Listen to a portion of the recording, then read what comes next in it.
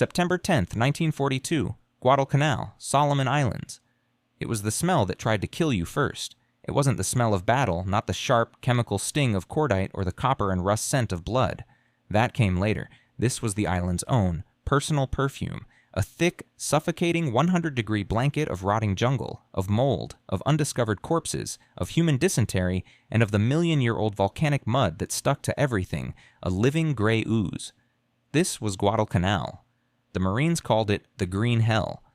And for the 1st Marine Division, who had been marooned here for 5 agonizing weeks, it was the bottom of the world. They had come to take one thing, and one thing only, a half-finished, 800-foot-long gash of gravel cut from the coconut palms by Japanese engineers. The Allies called it Henderson Field. It was not just an airstrip, it was the airstrip. It was the entire strategic linchpin of the Pacific War. It was an unsinkable aircraft carrier, a fixed point of American power that, if held, could stop the entire Japanese advance toward Australia. If it fell, the war in the Pacific would be lost, perhaps for good. The Japanese knew this, and every night the Tokyo Express, a relentless convoy of Japanese destroyers, steamed down the slot, dumping more and more fresh elite troops onto the island, tightening the noose. The 11,000 Marines of the 1st Division were no longer conquerors. They were the defenders. They were the stake, tied to a post, waiting for the tiger. Their commander, Major General Alexander Vandegrift, had formed a thin, desperate defensive perimeter around the airfield. Every man, from cook to clerk to pilot, was now a frontline infantryman, clutching a rifle in a muddy foxhole, his eyes straining into the impenetrable 10-foot-high wall of black-green jungle that surrounded them. They all watched the coast. The coast was the logical point of attack. The Japanese had landed thousands of men under General Kiyotake Kawaguchi, a seasoned, brilliant commander. They would, everyone knew, attack from the sea or along the flat coastal sandbars. Everyone, except one man, Lieutenant Colonel Merritt A. Red Mike. Edson was not like the other commanders. He was a small, quiet, rail-thin man with a shock of reddish hair that had earned him his nickname. He didn't shout. He didn't smoke cigars. He thought. He was the commander of the 1st Raider Battalion, an elite, ruthless unit of jungle fighters. And for the past week, Red Mike Edson had been committing what many of his fellow officers considered a stupid, paranoid, and wasteful act. He was ignoring the coast. He was staring with an almost religious obsession at a patch of useless terrain 1 mile south of the airfield. It was a long, grassy, 1,000-yard spine of coral and earth that rose just 120 feet from the jungle floor. It didn't guard a beach. It didn't guard a river mouth. It was just a ridge. The Marines who had walked it called it Lunga Ridge. They also called it a goddamn waste of time. But Edson saw something no one else did. He looked at the maps. The Japanese, he reasoned, were masters of the night attack, of the unexpected. They would not come where the defenses were strongest. They would not come from the sea. They would come from the jungle. And this ridge, this useless grassy slope, was the only piece of high, dry ground that led directly from the deep jungle to the back door of Henderson Field. It was a natural, elevated highway, pointing like a dagger straight at the airfield's vulnerable, undefended southern edge. "Sir," one of his company commanders had argued, his voice tight with the exhaustion of malaria, "my men are finished. The perimeter is thin. You're pulling our best troops, the only troops we have, off the line to go sit on a hill? A hill the Japanese don't even know exists?" Edson, his eyes as cold and gray as the battleships that had dropped them here, just pointed at the map. His finger, stained with sweat and quinine, tapped the small contour line. "They know it exists," he'd said, his voice a low, dry rasp. "And they're coming. And they're coming right here. We're moving the CP to the ridge." It was a suicide position. It was a calculated high-stakes gamble that seemed to every other sane officer completely insane. He was placing his 840 elite Marines, the Raiders and the 1st Parachute Battalion, the best fighters on the island, on a lonely, isolated, exposed hill. He was inviting an attack, letting the jungle swallow them, placing them far from the main perimeter's support, far from the safety of the division. He was taking America's best fighters, the tip of the spear, and he was using them as bait. In the humid, sticky darkness of September 11th, Edson and his 840 men dug in. They were not building a fortress. They had no bulldozers, no concrete, no lumber. They had shovels and bayonets. They scraped shallow, pathetic foxholes in the hard coral, a ground so unforgiving that digging a 6-inch deep scrape was an hour of agonizing, sweat-drenched labor. They strung a few thin strands of barbed wire and set up their machine guns, knowing the wire wouldn't stop a charging cow, let alone a banzai attack. They were a tiny island of 800 men in a vast, black, 100-mile-wide ocean of jungle. And in that ocean, just 3 miles south, 3,000 elite Japanese soldiers of the Kawaguchi Detachment, having just completed a brutal 14-mile hack through the impenetrable jungle paths, were gathering at the base of that very same ridge. General Kawaguchi, just as Edson had predicted, had seen the back door. The stupid, suicidal gamble was about to be put to the test. September 12, 1942. 21 Shakawachiu, 9 Rikars p.m. Lunga Ridge. The jungle did not just get dark, it ceased to exist, swallowed by a thick, wet blackness that was absolute. There was no moon. The air, heavy and hot, was a suffocating, living thing, and it was loud. The night was a symphony of alien insects, the shriek of parrots and the drip, drip, drip of condensation falling from the 100-foot-high canopy. Private First Class Joe Gator. Valley, a 19-year-old raider from the Louisiana bayous, thought he knew jungles. He had grown up hunting in the swamps, a place where the air was thick and the shadows moved. But he didn't know this. This jungle had a smell. It smelled of rot, and it smelled of them. He could smell the faint, foreign scent of unsmoked tobacco and dried fish, a scent that had haunted the perimeter for a week. He was in a shallow foxhole on the ridge's southern slope, the suicide position, the furthest point of Edson's thin line. He was peering into a wall of blackness, his knuckles white on the stock of his M1 Garand. "I can't see a damn thing, Corporal," he whispered, his voice hoarse, swallowed instantly by the humidity.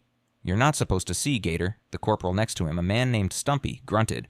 Stumpy was a 3-year veteran, a China Marine. "You're supposed to listen and smell. Shut your mouth, open your ears." Gator obeyed. He held his breath. He listened. Over the insect noise, the sawing of the crickets, he heard it. A faint metallic clink. Not a branch, not an animal. It was the sound of a rifle butt tapping a helmet. Then a cough, quickly muffled. It wasn't a parrot. It wasn't a wild pig. "They're here," Gator breathed, his heart a cold, hard hammer in his chest. Red Mike. Edson was 200 yards back, at his crude command post on Hill 123, the highest point of the ridge. He stood over a field telephone, his face illuminated by a single dim, red-lensed flashlight. He looked like a gaunt, red-haired ghost.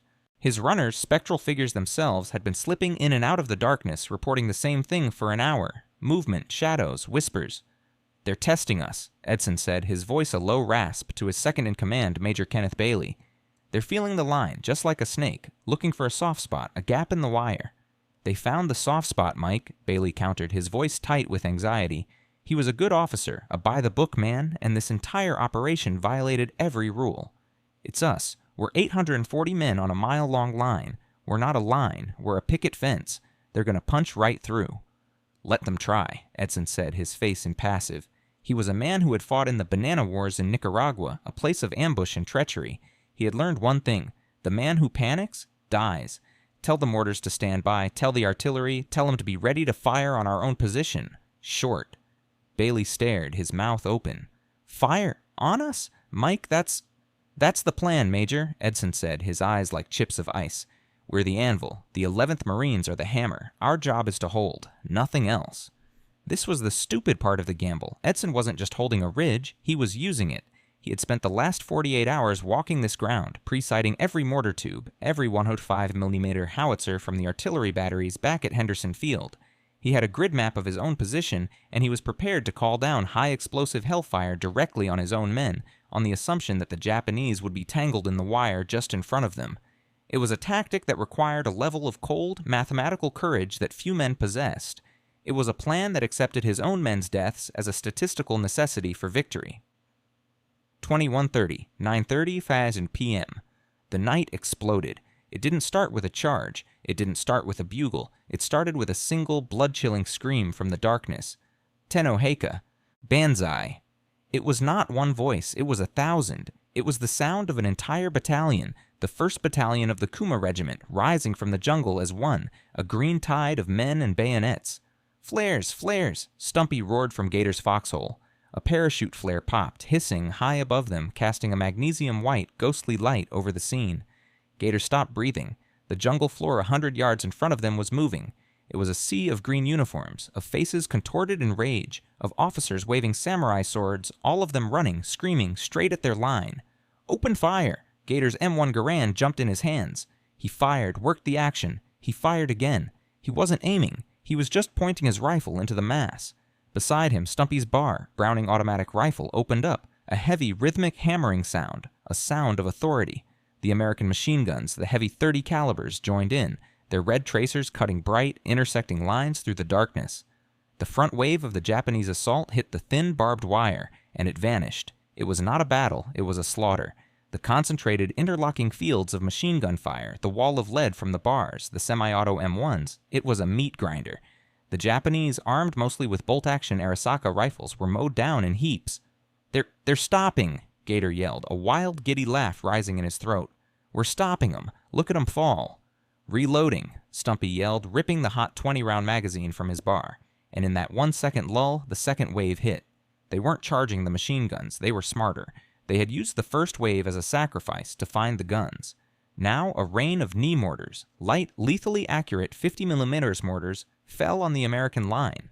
A series of hollow thumps from the jungle, and then a series of sharp, deafening cracks all along the foxholes. An explosion of dirt and shrapnel erupted next to Stumpy's foxhole. He screamed, a high, thin sound. My leg! Gator, my leg! At the same moment, the Japanese found the soft spot. A gap, 50 yards wide, between Gator's company, Company C, and B Company. A new banzai scream. A new wave of men, this one led by grenade throwers, plunged into the gap. They weren't running at the guns, they were running past them, they were flanking them. They're through, they're in the wire, someone yelled. They're behind us. This was the moment of collapse. The line was broken. The picket fence was shattered. A normal commander would have ordered a full-scale retreat back to Henderson Field. Back in the CP, Major Bailey looked at Edson, his face white. Mike, they're through. B Company is flanked. They're cut off. We have to pull them back. It's a disaster. Red Mike. Edson looked at his map, the red flashlight illuminating his calm, grim face. He was listening to the cacophony of the battle, not as a man, but as a conductor, listening for a single false note. No, Edson rasped. This isn't the main attack. This is a test. He's just trying to find our weak spots. He pointed at the map, at his own, CP on Hill 123. He's not trying to kill them. He's trying to get here. Tell B Company. Tell them to fall back. To the ridge. Consolidate. Let the Japanese have that low ground. This was the suicide gamble. Edson was not just allowing the Japanese to advance. He was inviting them. He was intentionally, deliberately collapsing his own line, pulling his 800 men back into a tight, horseshoe-shaped last stand perimeter around the CP on Hill 123. He was letting the 2,500 Japanese troops surround him, letting them flood into the killing sack he had prepared. Gator, Valley, fall back, a new voice screamed. B Company, fall back to the CP, move, move. Gator grabbed Stumpy, who was bleeding, and threw the man's arm over his shoulder. We're moving. He abandoned his foxhole, his ammunition, everything. He ran, half dragging, half carrying his corporal, up the dark, grassy slope of the ridge toward the one small hill that was now their entire world. Behind them, the jungle erupted in triumphant, screaming banzai charges. The Japanese, believing the Americans were routing, that the wall had broken, charged after them into the darkness. They were a green tide, flooding into the trap. September 12th, 13th, 1942. 23:30, 11:30 p.m. Hill 123, Lunga Ridge. The retreat was not a retreat, it was a desperate, stumbling, backwards fight. Gator Valley, half carrying, half dragging the groaning Corporal Stumpy, scrambled up the last 50 yards of the ridge's main slope. His lungs were on fire, his legs were jelly. The M1 Garand slung over his back felt like it weighed 1,000 pounds. The humidity was so thick it felt like breathing hot water. The jungle behind them, the low ground they had just abandoned, was no longer a gap. It was a river of noise, a roiling, triumphant, screaming mass of Japanese soldiers, their banzai cries echoing off the hills, a sound of absolute, assured victory. They were through. They had broken the line. Gator burst through a final line of thick, wet ferns and collapsed, dumping Stumpy onto the muddy ground of the summit. "Medic!" he roared, his voice cracking. Man down, goddammit. He was at the CP, but it wasn't a CP. It wasn't a bunker. It wasn't a fortress. It was just a hill. Hill 123, the final perimeter, was a bare, grassy knob of earth, 120 feet high. The defenses were a series of shallow, interconnected foxholes, scraped 6 inches deep into the rocky coral. The 800 Marines of Edson's command, or what was left of them, perhaps 600 now with the wounded, were packed into a tight 300-yard horseshoe shape, their backs to the airfield, their faces pointing outward into the dark. This was the suicide position. It was a tiny, isolated island of men, and the Japanese tide was, at this very moment, surrounding it on 3 sides. In the center of the horseshoe, in a shallow depression that served as the command post, Red Mike Edson was kneeling over his field telephone. He was not shouting, he was not panicked. He was talking, his voice as calm and steady as if he were ordering breakfast back in Vermont. "Yes, that's correct, General," Edson rasped into the receiver, speaking to General Vandegrift back at the main perimeter. "They broke through C Company's line. Yes, sir. B Company is falling back now. We are consolidating on Hill 123. Major Bailey, his face a white mask in the dim red light of the CP flashlight, was staring at his commander in disbelief. "Consolidating? Mike, we're surrounded. It's a disaster. Kawaguchi has flanked us. He's behind us. He's going to roll right over us and be at Henderson Field by midnight." Edson held up one finger, silencing Bailey, his cold eyes never leaving the map. He listened to the phone. "No, sir, General. We are not retreating. We will hold here, but I need the guns. Tell the 11th Marines I need everything they have. My position? Call sign Lunga 123. I will be calling fire very short. Danger close. Acknowledge." He listened. "Thank you, sir." He hung up the phone. He turned to Bailey. His eyes in the red glow were not the eyes of a defeated man. They were the eyes of a surgeon about to make the first critical cut. "Major," Edson said, his voice flat, "this is not a disaster. This is the plan." Bailey, his mind reeling, his hands shaking, could only stammer. The plan? The plan was to let 2,000 Japanese behind our lines? "The plan," Edson said, grabbing his map, "was to find them. The plan was to fix them. And now? They are fixed. They are no longer a phantom in the jungle. They are right there." He jabbed a finger at the low ground, the saddle of earth just south of their hill, the very ground they had just abandoned. "They think they're chasing a routed rabble," Edson continued, his voice a low, intense growl. "They think they've won. They're disorganized. They're triumphant. And in 1 minute, General Kawaguchi is going to mass his entire force in that saddle right at the mouth of our horseshoe to deliver the final glorious banzai charge." He looked up at Bailey, a cold, terrible intelligence in his eyes. "He is putting his entire army," Edson whispered, "into a 100-yard-wide killing sack that I have spent the last 48 hours pre-sighting with every mortar and every cannon we have." The stupid gamble was now clear. Edson hadn't been defending a mile-long line. A long line was weak. He had been hurting the enemy. He had used his frontline companies as a lure, as a tripwire, intentionally breaking and fleeing to draw the entire Japanese assault into this one perfect, pre-planned field of fire. He hadn't let them surround him. He had forced them into a position where their superior numbers were useless, where they would be forced to charge uphill into the concentrated, interlocking fire of his entire 800-man force. Gator Valley, his terror fading as a medic began to work on Stumpy's leg, found a spot in the new line. He was now shoulder to shoulder with a paramarine he'd never met. The picket fence was gone. This was a solid, living wall of men, 3 ranks deep. The noise from the jungle below stopped. The banzai screams, the triumphant shouts, they died away.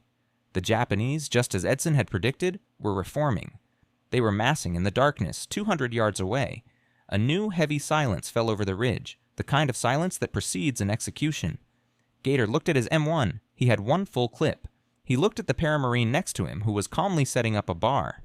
"So," the paramarine muttered, not looking at him. "This is it, huh? The big one." "I think so," Gator said. "Well," the paramarine spat, "at least we don't have to worry about 'em flanking us. They're already everywhere." Back in the CP, Edson picked up the field phone to the 105mm artillery battery. "This is Red Mike," he said. "Get me a single illumination round. Grid 8-4, on my mark." He waited. He listened to the jungle. He heard the faint, metallic scrape of bayonets being fixed. Mark. A second later, a hiss came from the sky and the parachute flare popped, igniting the world in that same ghostly magnesium light. Gator looked. He and every other Marine on that ridge looked, and their blood ran cold. The saddle of land 200 yards in front of them, which had been black jungle, was now a solid, undulating sea of green uniforms. Hundreds. Thousands, a mass of men crouching, their bayonets a forest of glinting steel, all of them staring up at the hill, frozen for 1 second by the light, like a photograph from hell. The flare died. Darkness rushed back in, and from that darkness a single Japanese bugle blew, a thin, piercing, alien sound. And then the screaming began. The real attack was on. September 13th, 1942. 0:01, 12:01 a.m. Hill 123. The Japanese bugle did not fade. It held its high, thin, piercing note, a signal of pure, unadulterated fanaticism.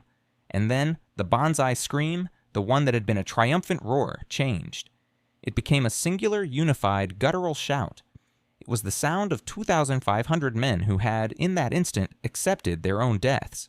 "Here they come!" Gator Valley screamed, his voice lost in the hurricane of noise. The sea of green that the flare had revealed was no longer static.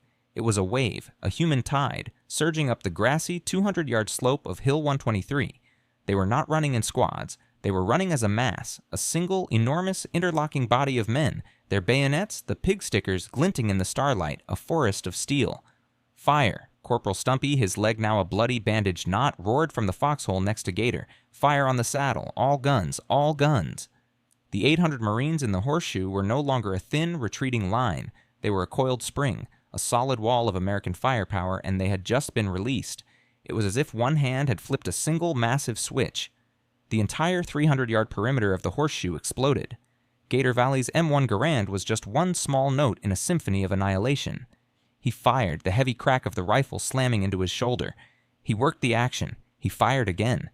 The ping of his ejecting clip was a tiny, insignificant sound in the ocean of noise. He didn't aim at a man. He aimed at the mass.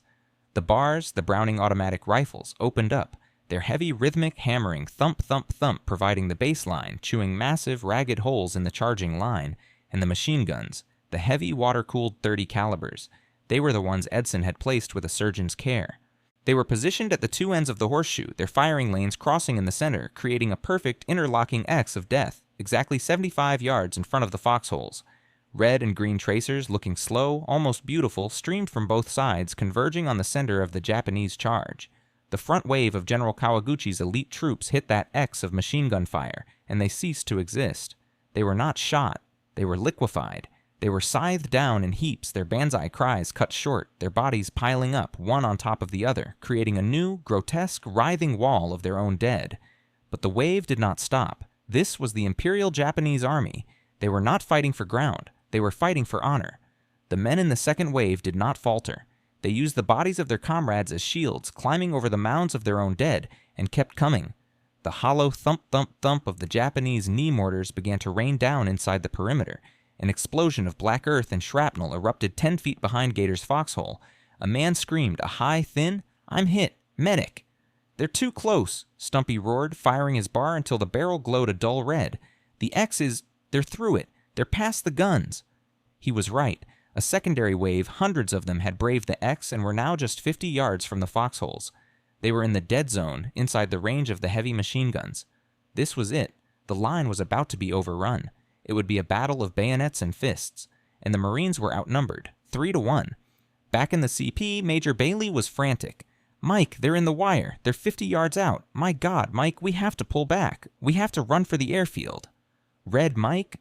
Edson did not move. He was still kneeling by his field telephone, his head slightly tilted, listening to the sound of the battle. He was waiting, waiting, waiting. He heard the high-pitched crack of the Japanese Arisaka rifles. He heard the thump, thump, thump of his own bars. He heard the screams. And he knew, with the cold, preternatural certainty of a master tactician, that the entire Japanese assault force was now, at this exact second, packed into the 100-yard-wide killing sack he had designated. They were all in the basket. He picked up the phone. His voice was not a shout. It was a cold, precise command. "This is Red Mike. Fire. Victor. Now. All guns. Fire, Victor." Victor was the code name for the final, pre-registered target. It was not a grid in front of the Marines. It was the grid for their own position. 2 miles away at Henderson Field, the artillerymen of the 11th Marines, who had been standing by their 105mm howitzers waiting, got the order. "Fire, Victor! Danger close!" The battery commander, a man who knew Victor was on top of his own men, didn't hesitate. He trusted Edson. Fire! 10 105mm howitzers erupted as one. Back on the ridge, Gator Valley was ramming in his last clip. A Japanese soldier, his face a mask of rage, was 20 yards away, about to throw a grenade. Gator raised his rifle. He never heard the shells. The first sound was the air. The sky above him tore in half. It was a sound like a dozen freight trains, all arriving at the same station, at the same time. A deafening rolling shriek that lasted for a millisecond, and then... boom! The first shell, a 105mm high-explosive round, landed not 200 yards away, but 75 yards away, in the dead center of the Japanese assault wave. Gator Valley, his rifle still shouldered, was lifted from his feet and slammed back into his foxhole by a solid wall of overpressure. The sound was a physical punch that deafened him instantly. The ground jumped a solid foot, throwing him into the air. And that was just the first shell. For the next 2 minutes, the entire 11th Marine Artillery Regiment, 40 guns, unloaded everything they had onto that 100-yard-wide killing sack. It was not a barrage, it was an annihilation. It was the hammer that Edson had been waiting for. The 105mm shells, each one exploding with the force of a car bomb, landed in a space packed with thousands of men. The grassy saddle, the killing sack, vanished in a rolling, continuous, deafening wall of orange-black fire, steel shrapnel, and pulverized earth. Gator, deafened, his nose bleeding from the concussion, his eyes blinded by the flashes, could only huddle at the bottom of his foxhole, his entire world reduced to the violent, rhythmic shaking of the planet. He couldn't hear the Japanese screaming, he couldn't hear anything. The noise was so loud it had become a silence. This was Edson's stupid gamble, this was his suicide position. He had let the Japanese surround him, just to fix them, to hold them perfectly still, so that he could call down the wrath of God directly onto their heads. The barrage lasted for 5 minutes, an eternity of fire, and then, as suddenly as it had begun, it stopped. The silence that rushed back in was more terrifying than the noise. It was a dead, ringing, empty world silence. Gator Valley, his ears ringing, slowly raised his head. He looked over the lip of his foxhole. The moon, which had been hidden, came out from behind a cloud, and it illuminated the field. It was empty. The 2,000 men were gone. The grassy saddle was no longer a field. It was a cratered, smoking lunar landscape, slick with a black, unrecognizable paste. The green tide had been vaporized. My God, Stumpy whispered from the next foxhole, his voice a hoarse croak. The attack was over. The Japanese 1st Battalion no longer existed. And Red Mike Edson, his face still calm in the CP, had just won the first, most brutal round. September 13th, 1942, 02 a.m., Hill 123. The silence on the ridge was not one of peace. It was a dead, hollow, ringing vacuum. Gator Valley's ears ached, the deafness from the artillery barrage slowly fading, only to be replaced by 1,000 high-pitched whistling sounds. He stared at the lunar landscape in front of him, at the smoking, steaming craters where a Japanese battalion had, just minutes ago, existed. Did we get 'em? A new voice, a kid from the Paramarines, whispered from a foxhole to his left. Is it over? Reload, Stumpy grunted, his voice a low, animal growl. He was already jamming a fresh 20-round magazine into his bar. It's never over, they're just thinking. He was right. In the CP 50 yards behind them, Red Mike Edson was already on the field phone, not to the artillery, but to his company commanders on the flanks. The killing sack had worked, perfectly. It had vaporized General Kawaguchi's 1st Battalion. But Edson, a man who had spent his life studying his enemy, knew that General Kawaguchi was not a fool. He was a wolf. He had just sacrificed his firstborn son to find the exact location and strength of the American position. The first attack wasn't a failure, it was the most expensive reconnaissance mission in history. And now, Kawaguchi knew exactly where Edson was.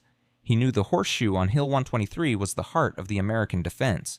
They're coming again, Edson said, his voice flat to Major Bailey. And this time, they won't come up the gut. They're going to come for the flanks. They're going to try and get inside the horseshoe. He was ordering his men to shift their machine guns, to turn them outward, to prepare for a multi-directional attack. He was, in effect, admitting that his trap was now a target. The suicide part of the suicide position was about to begin. The 800 Marines were no longer the hunters in a blind. They were the bait, surrounded, and the tiger was coming back.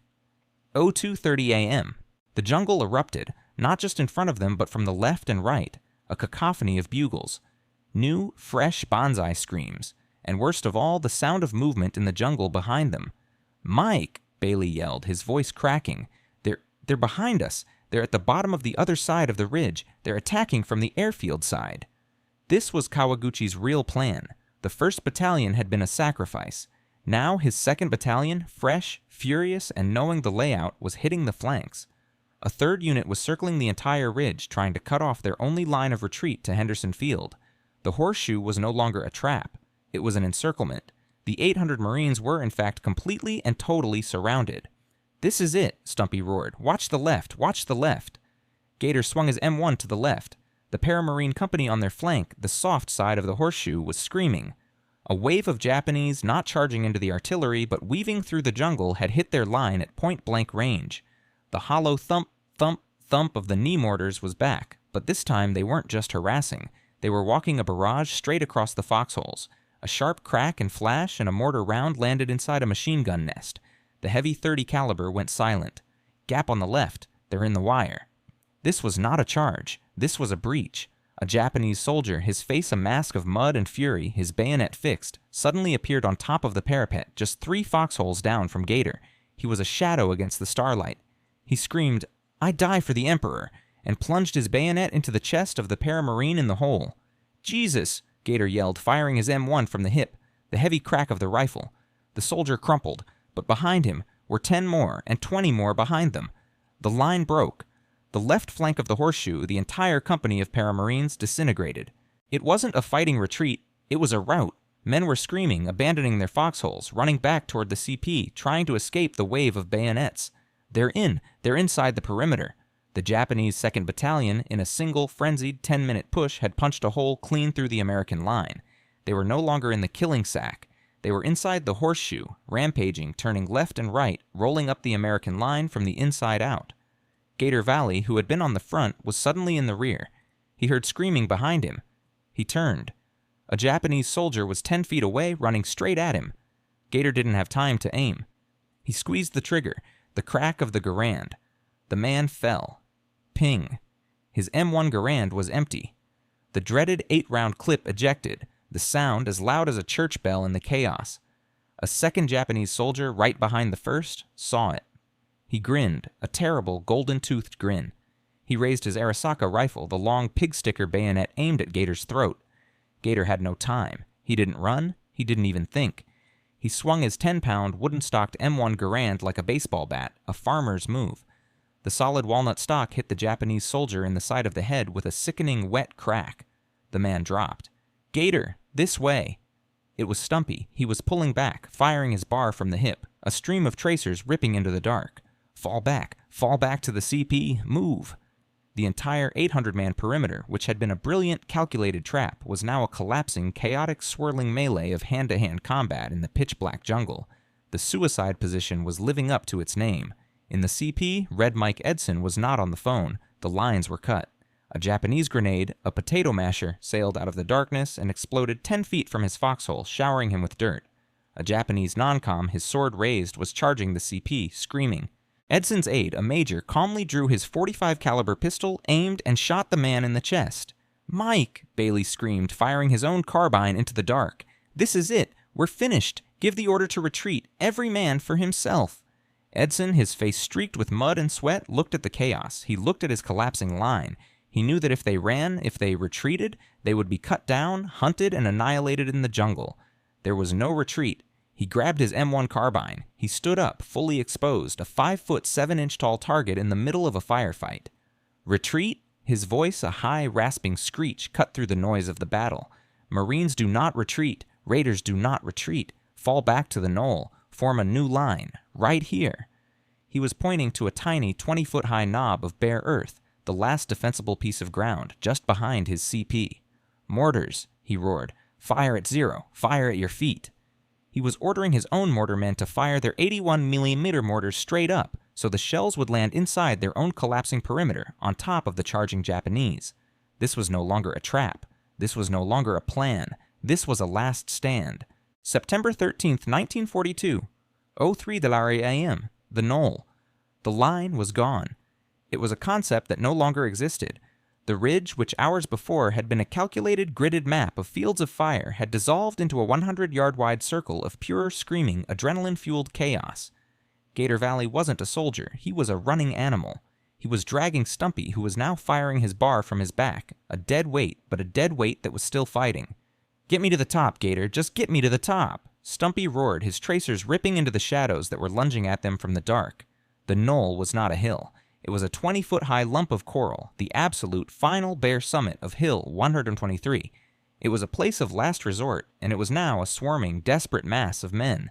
Raiders, paramarines, and comm specialists all mixed together, their units shattered, their ranks broken.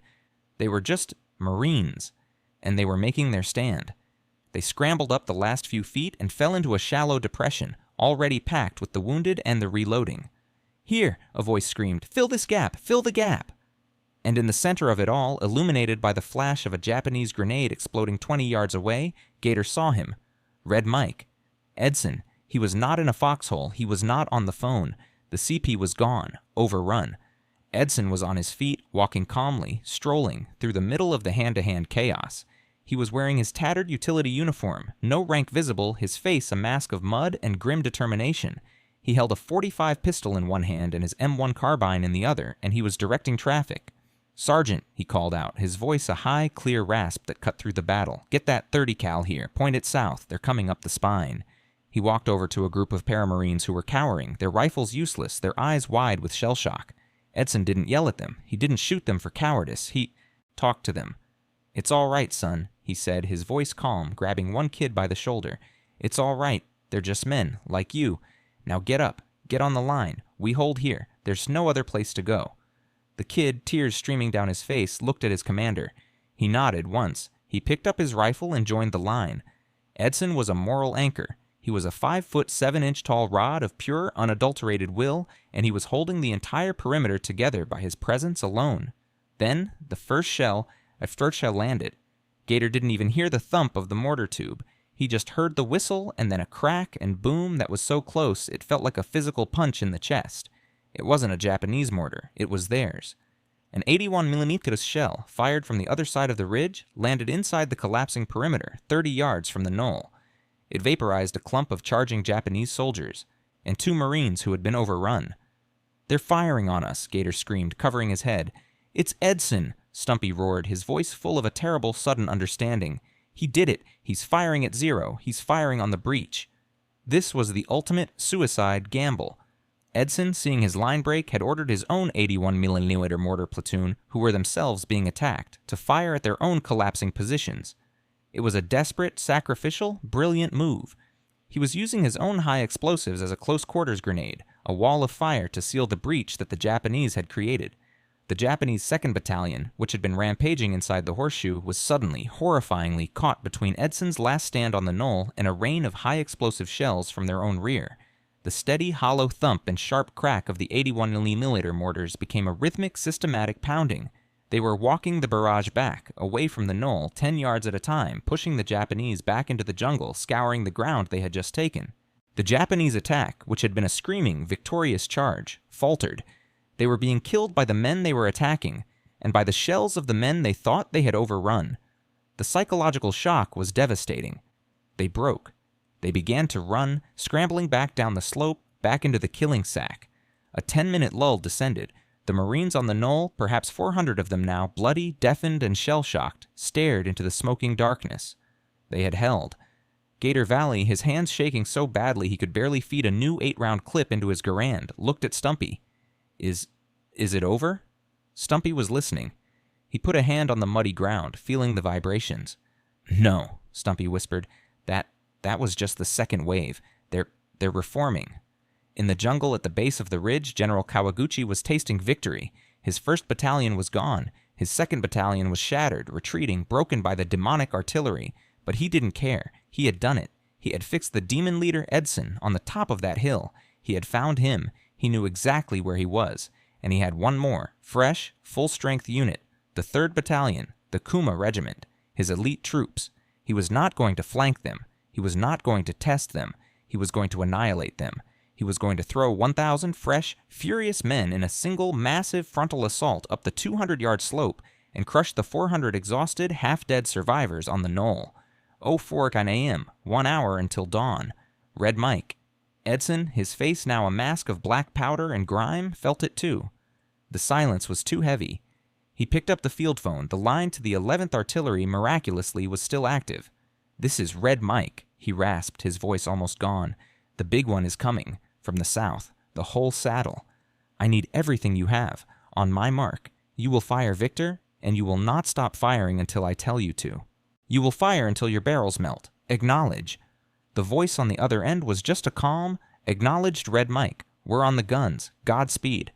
Edson put down the phone. He looked at Bailey. "This is it, Major. No more tricks. No more retreats. We live or we die on this piece of dirt." He drew his .45 pistol. Gator Valley, his M1 loaded, his bayonet fixed, watched the darkness. The bugles started. Not one, not a dozen. It sounded like all the bugles in hell. A solid 1,000-man front of screaming, fresh Japanese soldiers, their bayonets glistening, rose from the craters and charged the knoll. This was the real wave. This was the one that would kill them all. September 13th, 1942. 04:01 a.m. The knoll. The bugles were not a signal. They were a scream. The 1,000 men of the Kuma Regiment, General Kawaguchi's fresh, elite 3rd Battalion, did not just charge. They rose from the cratered, smoking earth like a wave of ghosts, a solid mass of bayonets and fury, and hurled themselves at the 20-foot-high knob of dirt that held the 400 surviving Americans. This was the final, desperate, all-or-nothing push. This was the real green tide. Gator Valley, his M1 Garand uselessly empty after firing at the last wave, was frantically trying to reload. His fingers were thick and clumsy, shaking so badly he couldn't seat the 8-round clip. He fumbled, dropping it into the mud of the foxhole. No, no, no, no. He whimpered, clawing at the mud. The Japanese were 100 yards out. 80. They were coming uphill, a screaming, unstoppable wave, a forest of glinting steel. Stumpy, his leg a bloody bandaged ruin, was already firing his bar from the lip of the foxhole. He wasn't firing in bursts. He was firing single, measured shots, conserving, making everyone count, trying to hit the officers. Get that rifle up, Gator. Get it up, now! Everywhere on the knoll it was the same. The Marines, out of grenades, low on ammunition, were bracing for the final, bloody, hand-to-hand slaughter. They were dead men. The suicide position had failed. In the CP foxhole, Major Bailey was firing his .45 pistol into the dark, screaming, "Mike, they're on us! They're on us!" Red Mike. Edson, his face a black mask of grime, still held the field telephone. He was listening to the Japanese bugles, to the screams. He was timing it. He let the wave build, let it gather its full, terrible momentum. He let them get to 75 yards, to the X of his machine guns. He watched the first of his own tracers begin to rip into the front of the wave. Now.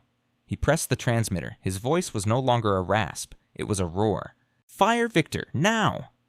2 miles away, the artillerymen of the 11th Marines, who had been standing by their guns for 40 agonizing minutes, pulled their lanyards. The 195mm howitzers, all of them, erupted in a single, deafening, rolling thunder. Back on the knoll, Gator finally slammed a fresh clip into his Garand. He shouldered his rifle. He looked over the parapet. The world ended. The first shell from the Victor barrage did not land on the Japanese. It landed inside the American perimeter.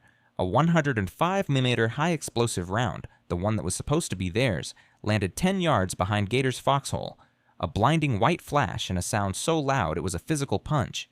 The explosion was so close, the overpressure lifted him off the ground, punching the air from his lungs.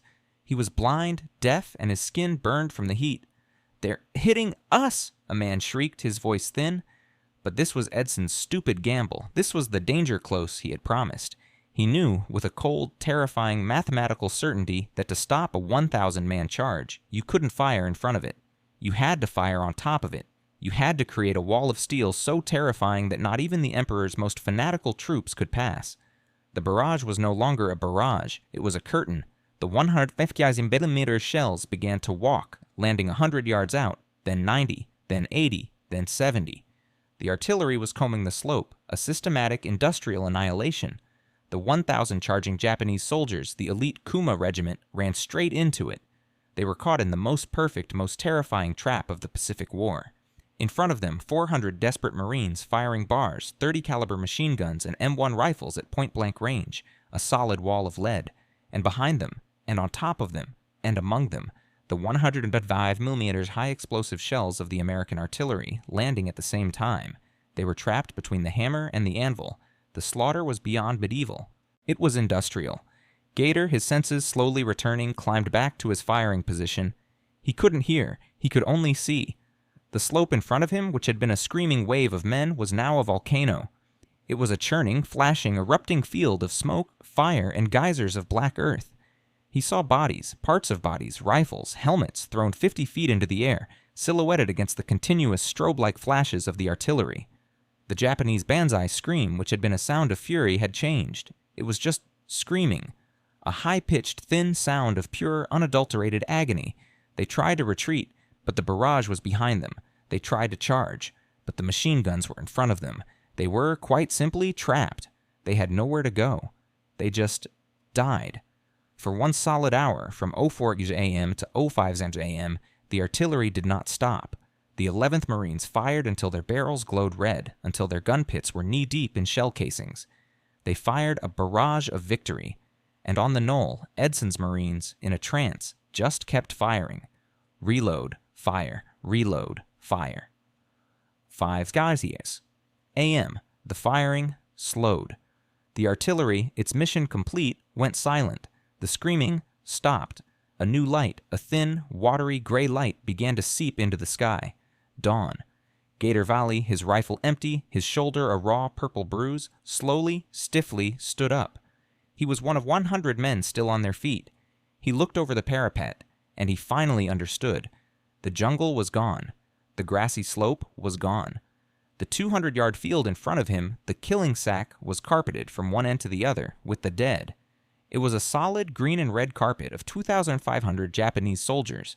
The green tide had been stopped, frozen, and broken. The smell of blood and cordite in the cool morning air was so thick he gagged. A few wounded Japanese soldiers were trying to crawl away, dragging themselves back toward the jungle. No one shot them. The battle was over. Red Mike Edson, his face covered in so much black grime that only his pale gray eyes were visible, was still on his feet.